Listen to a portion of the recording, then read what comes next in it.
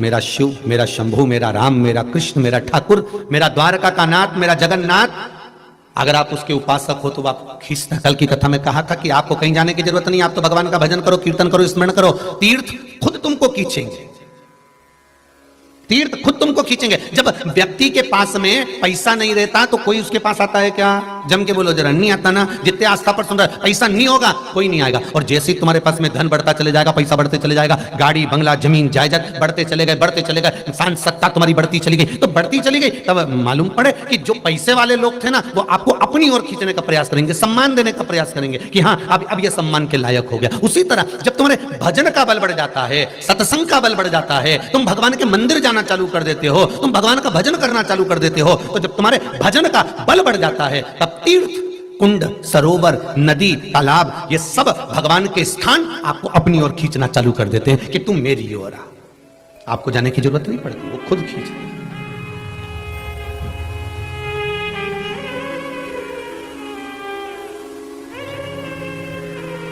भजन कीमत बढ़ाता है, किसकी?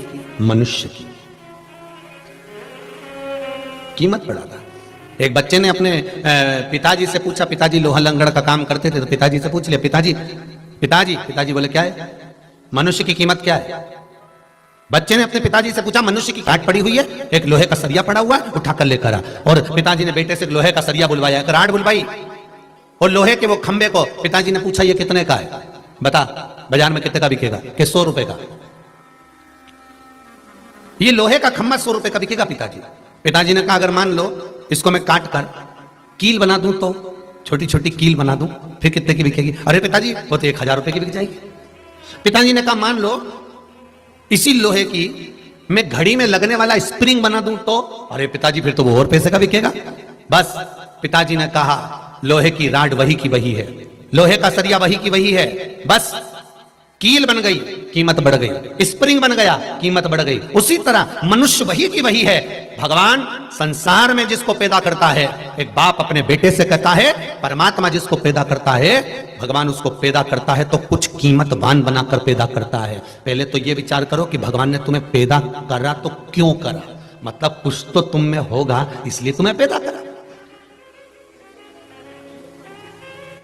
एक कंपनी ने ये बात को समझा है कि laptop need to be powerful, thin, light, rocket performers, but they also need to be super solid and durable. Super durable laptops हैं, made for India, military grade protection है इनमें। मेरे ओपिनियन में this makes all 3 of these laptops absolutely solid and may be the best choice in the market if you are in the market for a business laptop. याद रखना बहुत फर्क है between a business laptop and a consumer laptop.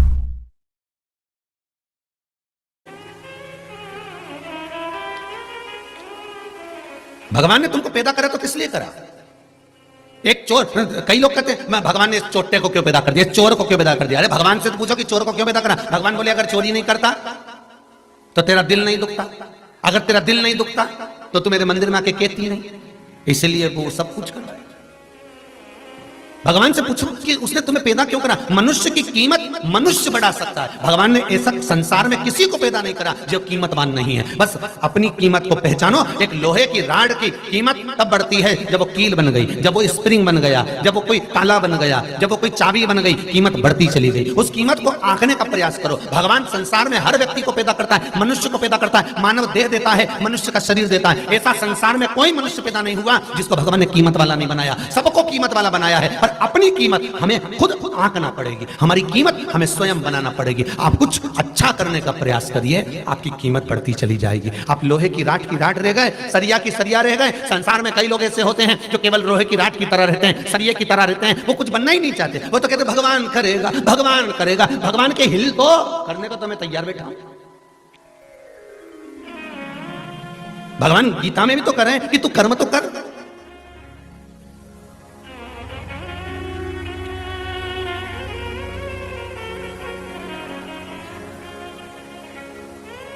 विद्या अध्ययन करो, पढ़ाई दिल से करो, खूब पढ़ो, और पढ़ाई करने के बाद जब तुम्हारा मन विद्या अध्ययन पूर्ण कर ले और एग्जाम देने जा रहे हो, तब एक बेलपत्र उठाकर उस बेलपत्र पर शहद लगाकर शिव को चढ़ाकर फिर जाओ। अब उसके भरोसे पर, जैसे उस बेटे ने कहा कि अब उसके भरोसे पर छोड़ो, तो उसके भरोसे छोड़ो तो फिर खूब पढ़ाई करो, दिल से करो, अच्छे से करो, और दिल से पढ़ाई करने के बाद में शंकर के मंदिर, मम्मी कहे कि जा बेटा शिव के मंदिर जा। मैंने सुना है सियोर वाले महाराज के मुख से कि एक बेलपत्री के बीच वाले पत्ते पर शहद लगाकर शंकर को चढ़ाकर फिर जा। अब पढ़ लिया ना, अब उसके ऊपर छोड़ दे।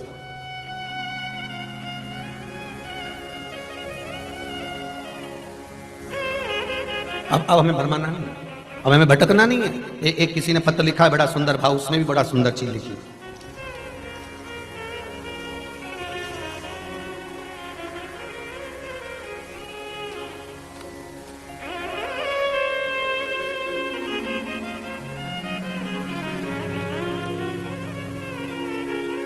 रतलाम मध्य प्रदेश से हूं गुरुजी।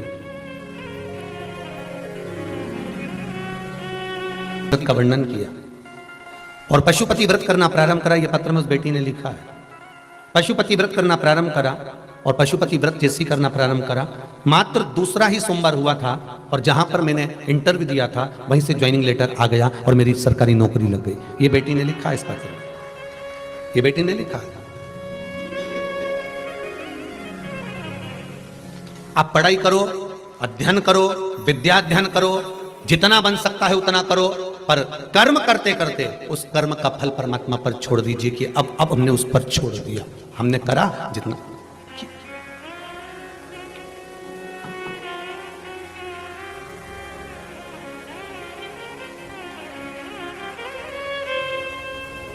एक पत्थर, एक ईंट, एक कंकर रोड पर भी पड़ा होता है और एक पत्थर, एक कंकर, एक ईंट मंदिर में भी पड़ी होती है। दोनों पत्थर को उठाओ और दोनों से पूछो एक बार कि क्यों रे तू चौराहे पे पड़ा है और लोग पान खा के तुझ पे थूक रहे हैं, और तेरा ही भाई मंदिर में पड़ा है और लोग उसको नमन कर रहे हैं। पत्थर से पूछे कोई? पत्थर वो भी है जो चौराहे पर पड़ा हुआ है, पत्थर वो भी है जो रोड पर पड़ा हुआ है, पत्थर वो भी है जो मार्ग में पड़ा हुआ है, और एक पत्थर महाकाल की भूमि का, एक पत्थर काशी विश्वनाथ की भूमि का, एक पत्थर गंगा के घाट का, एक पत्थर नर्मदा जी के तट का, एक पत्थर कहीं कुबेरेश्वर भंडारी का। पत्थर वो भी है, पत्थर वो भी है, पत्थर ये भी है। दोनों पत्थर को उठाकर कोई पूछे इन पत्थरों से कि क्यों रे, एक तो तेरे पर लोग लात रख रहे हैं, थूक रहे हैं, गंदगी कर रहे हैं, और एक पत्थर पुजारा, कारण क्या है?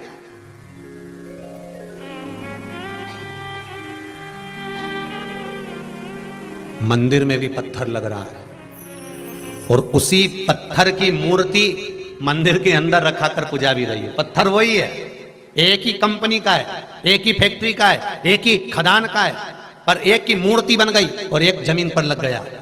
कारण क्या था? तो पत्थर ने पत्थर से पूछा, भाई ये तो बता कि मैं भी एक ही खदान का, तू भी एक ही खदान का, एक ही जगह से निकले, पर तुझे लोग अगरबत्ती से घुमा रहे हैं, दिया लगा रहे हैं, लड्डू का भोग लगा रहे हैं, फूल चढ़ा रहे, माला चढ़ा रहे, तेरे को अच्छे अच्छे कपड़े पहना रहे, और मैं पाँव में रखाया, लोग मेरे पर चल के जा रहे, जूता छोड़ रहे, चप्पल छोड़ रहे, थूक रहे, आखिर मैंने क्या करा? तो मंदिर की मूर्ति का पत्थर जमीन पे लगे हुए पत्थर से कहता है, तुझ में और मुझ में बस एक ही अंतर है कि तुझे भी तराशा जा रहा था और मुझे भी तराशा जा रहा था, तुझे भी कूटा जा रहा था, मुझे भी कूटा जा रहा था, तुझे भी छेनी और हथौड़ी से मार मार कर तराशा जा रहा था, पर तू चोट सहन नहीं कर पाया, टूट गया, इसलिए जमीन पर लग गया, और मैंने चोट सहन कर ली, इसलिए तराश कर मंदिर में पूजा गया। बस मैंने चोट को सहन करा, मैंने लोगों की गालियों को सहन करा, मैंने लोगों के अपशब्दों को सहन करा, मैंने लोगों के तानों को सहन करा। अरे भाई, लोहे की राड है, लोहे का खंबा है, लोहे का सरिया है, पर वो सरिये की कीमत मात्र 100 रुपया है, पर उस सरिये को जब काटा गया, काटने के बाद जब छीला गया और उसको तपा तपा कर जब कीला तैयार करा गया, तब कीमत बढ़ी है। कोई ऐसी कीमत बढ़ गई? एक्सक्यूज मी, आपने भारत कनेक्ट का नाम सुना है? कोई जॉब वेबसाइट है? वैकेंसी है?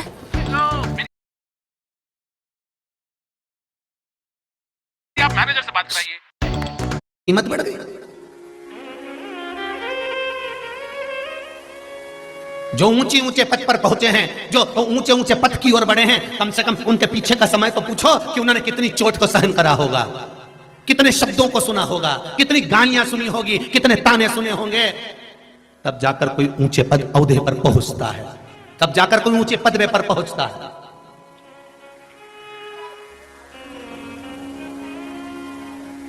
और जिसने चोट को सहन कर लिया, बोला नहीं कुछ भी, लगाए जाओ, और वो पत्थर की मूर्ति बनाने में लगता है घिस रहा है पत्थर को हथौड़ियों से, वो बोला ही नहीं, वो पत्थर के में टूटूंगा ही नहीं, तू मारे जा मैं नहीं टूटूंगा चाहे कुछ भी हो जाए। और कहे दुनिया के लोग आड़ा टेढ़ा बोलेंगे, शब्द पर शब्द कहेंगे, ताने पर ताने देंगे, आड़ा टेढ़ा बोलेंगे, तुम टूटो काहे को? कौन ने कहा कि तुम टूटो? पलट कर जवाब मत देना, एक शब्द मत कहना, गाली देने वाला देता रहे, आप शब्द कहने वाला कहते रहे, और तुम टूटना मत ही, तोड़ने वाले बहुत मिलेंगे।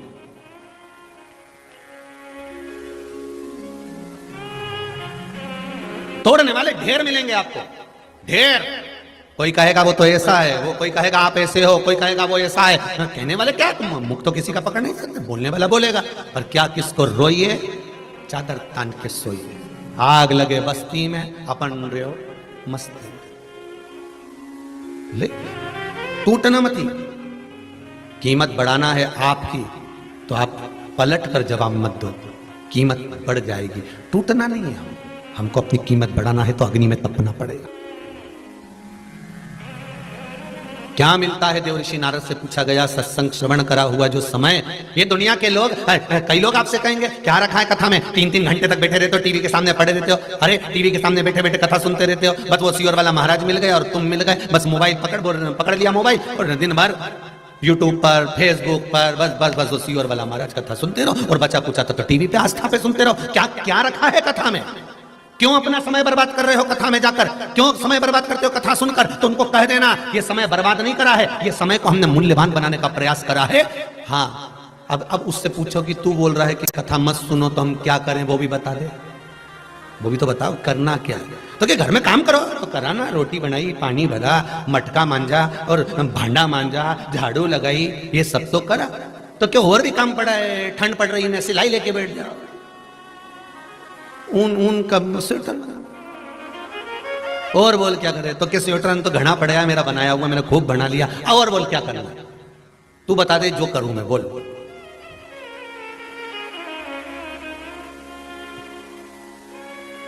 वो एक वो आया था, एक वो कोई का मैसेज था, उसमें बताया माँ अपने बच्चे से पूछती है तू बता दे वो की सब्जी बना लो,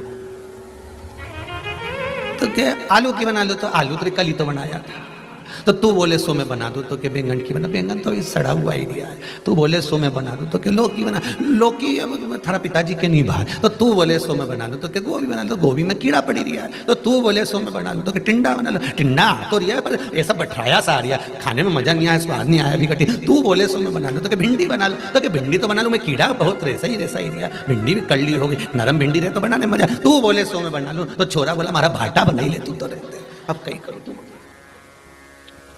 तो ऐसा घर का लोग बोले ना कि बस कथा कथा कथा, तो तू बोले सो मैं कर लूं, तू बोल क्या करना, कि बर्तन बर्तन तो हो गया, झाड़ू झाड़ू तो हो गई, भोजन भोजन तो हो गया, अब करूं क्या ये बता। तो अगर भगवान में मेरा मन लगे तो मुझे भी तो अपनी जिंदगी संवारना है साहब, केवल झाड़ू पोछा घर बर्तन ये नहीं, मुझे भी तो जिंदगी संवारना है, मुझे भी तो अपना जीवन संवारना है। करूंगी घर का सारा काम, परिवार भी संभालूंगी, बच्चे भी संभालूंगी, पर मुझे टोकना मती, मुझे रोकना मती। मीरा ने भी अपनी जिंदगी संवार ली थी, ऐसी मैं भी शंकर की भजन कर कर अपने जीवन को संवार लूं, और कुछ भी नहीं चाहिए, केवल भजन कर। महाराज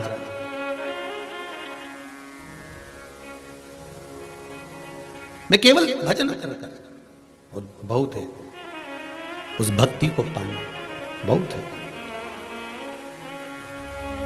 एक पत्र सुंदर भाव लिखा, देखिए बड़े अच्छी राइटिंग में लिखा हो, नीला पीला लाल हरा गुलाबी सब कुछ। मोनिका राठौर, अन्नपूर्णा राठौर, बड़नागर से हैं। इन्होंने लिखा है, गुरुदेव पिताजी का स्वास्थ्य एकदम खराब हो गया, हॉस्पिटल जहां हम रहते हैं उस गांव से 18 किलोमीटर दूर था, शरीर ने काम करना बंद कर दिया, नीचे पड़ गए, बहुत बुरी हालत हो गई। अब 18 किलोमीटर तक लेकर जाना है पिताजी को और शरीर कुछ भी नहीं है ना के बराबर। गुरुदेव तब मेरे पूरे परिवार ने गाड़ी में जब तक उसको लेकर गए, पिताजी को लेकर गए, तब तक एक ही मंत्र का जाप करा, श्री शिवाय नमस्तुभ्यम। ये मंत्र में लिखा है, इस पत्र में लिखा है। गुरुदेव हम क्या वर्णन करें इस मंत्र का, हम क्या वर्णन करें इस मंत्र का गुरुदेव। इस मंत्र का प्रताप क्या होता है, कोई मुझसे आकर पूछे, इस पत्र में लिख रही है। कहे गुरुदेव हॉस्पिटल में सामने जब पिताजी उतरे तो ऐसी बेहोशी की हालत में पटक कर लेकर गए थे, और जैसे वहां हॉस्पिटल पर उतरे तो पैदल चलकर अंदर गए। डॉक्टर पूछता है इसमें से मरीज कौन है। इसमें पत्र में लिखा है कि मरीज है कौन ये तो बताओ। बाबा की कृपा किसको कहते हैं, शिव भक्ति किसको कहते हैं। केवल आप अपना कर्म तो करो, ये मन तुम्हारा है, ये समर्पण हमारा, बस हमारा समर्पण और मन तुम्हारा। अब दे दिया, सौंप दो भगवान।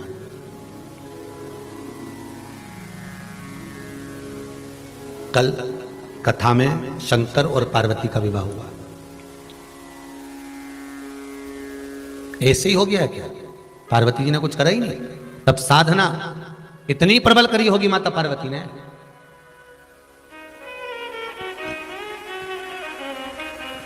कितनी तप साधना प्रबल करी होगी, जरा विचार करिएगा।